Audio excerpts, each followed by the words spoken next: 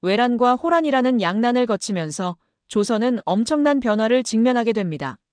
특히 붕당 정치로 대표되는 사림이 주도하는 조선의 정치 역시 이전과 다른 양상으로 전개되는데요. 오늘은 조선 후기 정치의 변화에 대해 생각해 보도록 하겠습니다.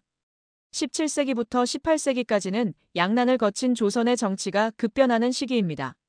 인조, 숙종, 영조에서 정조에 이르기까지 조선 후기 정치의 변화에 대해 살펴보겠습니다. 첫째, 붕당 정치는 어떻게 전개되었을까? 둘째, 영조와 정조가 탕평책을 시행한 까닭은 무엇일까? 두 가지 질문으로 조선 후기 정치의 변화를 이해해 보도록 합니다. 양난을 거치면서 비변사가 조선 통치 체제의 중심기구로 자리 잡았다.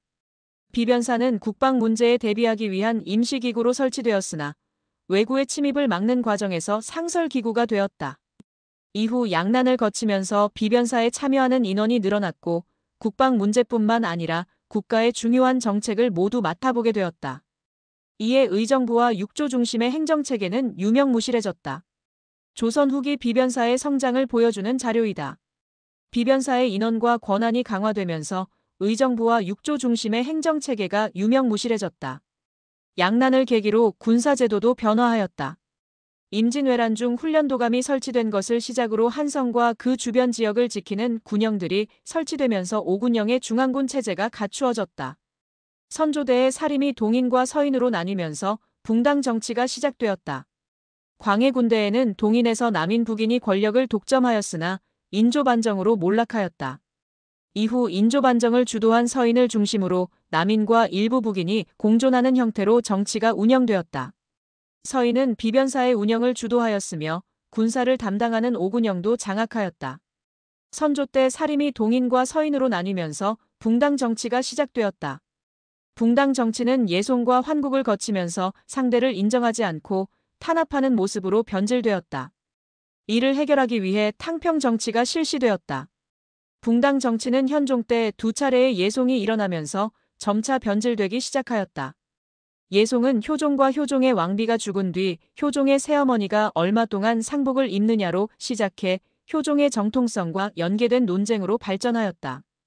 이 과정에서 붕당 사이의 대립이 심해졌다.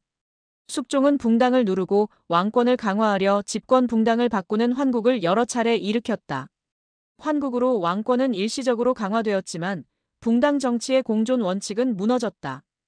각 붕당은 상대 붕당을 인정하지 않고 권력을 독점하려 하였으며 정권을 잡으면 상대 붕당을 탄압하였다. 붕당 간의 대립이 왕위 계승에까지 번지면서 왕권을 위협하자 숙종 말에는 탕평론이 제기되기도 하였다.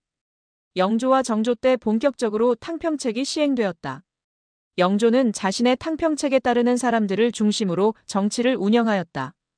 붕당을 없애기 위해 붕당에 영향력을 행사하던 산림의 존재를 부정하였으며 붕당의 지지 기반인 서원의 숫자도 줄였다. 영조는 자신의 탕평 의지를 알리기 위해 성균관 앞에 탕평비를 세웠다. 영조를 이어 즉위한 정조는 노론뿐 아니라 그동안 소외되었던 남인과 소론을 포용하는 적극적인 탕평책을 펼쳤다.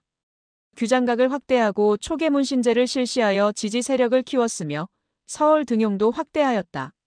친위 부대인 장용령을 설치해 군사적 기반을 강화하였으며 신도시인 수원 화성을 건설해 개혁 정치의 중심지로 삼으려고 하였다. 영조와 정조의 탕평책으로 붕당 간의 대립은 어느 정도 완화되었다. 하지만 이는 강력한 왕권으로 붕당 간의 대립을 억누른 것에 불과하였다. 또한 왕과 그 주변 세력에게 권력이 집중되면서 정조가 죽은 뒤 세도 정치가 나타나는 배경이 되기도 하였다.